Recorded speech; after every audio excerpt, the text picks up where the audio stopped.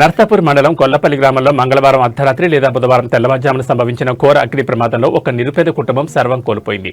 గ్రామానికి చెందిన సారా సంతోష్ ఇంట్లో షార్ట్ సర్క్యూట్ కారణంగా ఒక్కసారిగా మంటలు చెలరేగాయి. ఇంట్లోని విద్యుత్ వైర్లు షార్ట్ సర్క్యూట్ కావడంతో ఫ్రిడ్జ్ ఒక్కసారిగా పేలిపోయింది.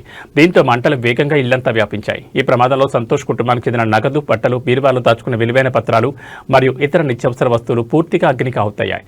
కళ్ల ముందే ఇల్లు బూడిద కావడంతో బాధితులు దిక్కుతోచిన స్థితిలో రోడ్డున పడ్డారు. ఉన్నదంతా మంటల్లో కలిసిపోవడంతో ఆ కుటుంబం మున్నీరవుతోంది. సంతోష్ కుటుంబాన్ని ప్రభుత్వం తక్షణమే స్పందించి ఆదుకోవాలని, వారికి నివాస సౌకర్యంతో పాటు ఆర్థిక సాయం అందించాలని గొల్లపల్లి గ్రామస్తులు మరియు స్థానిక నాయకులు రెవెన్యూ అధికారులను కోరుతున్నారు.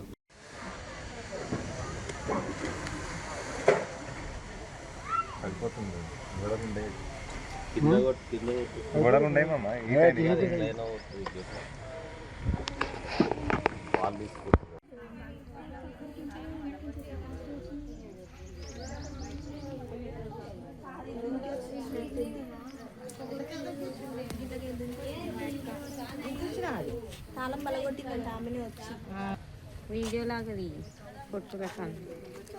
వీడియో కూడా ఇస్తుంది.